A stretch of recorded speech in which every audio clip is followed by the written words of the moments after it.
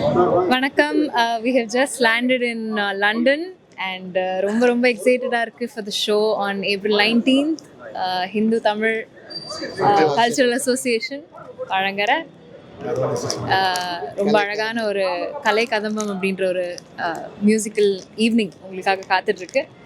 And அதில் நான் வந்து உங்கள் எல்லாருக்காகவும் ஒரு டிவோஷ்னல் சாங், அது இல்லாமல் நிறைய ஃபில்ம் மியூசிக் அண்ட் ரொம்ப எக்ஸைட்டிங்கான பாடல்கள் எல்லாமே பாடிருக்கேன். அலாங் வித் பிரில்லியன்ட் ஷரண்யா கொடை கூட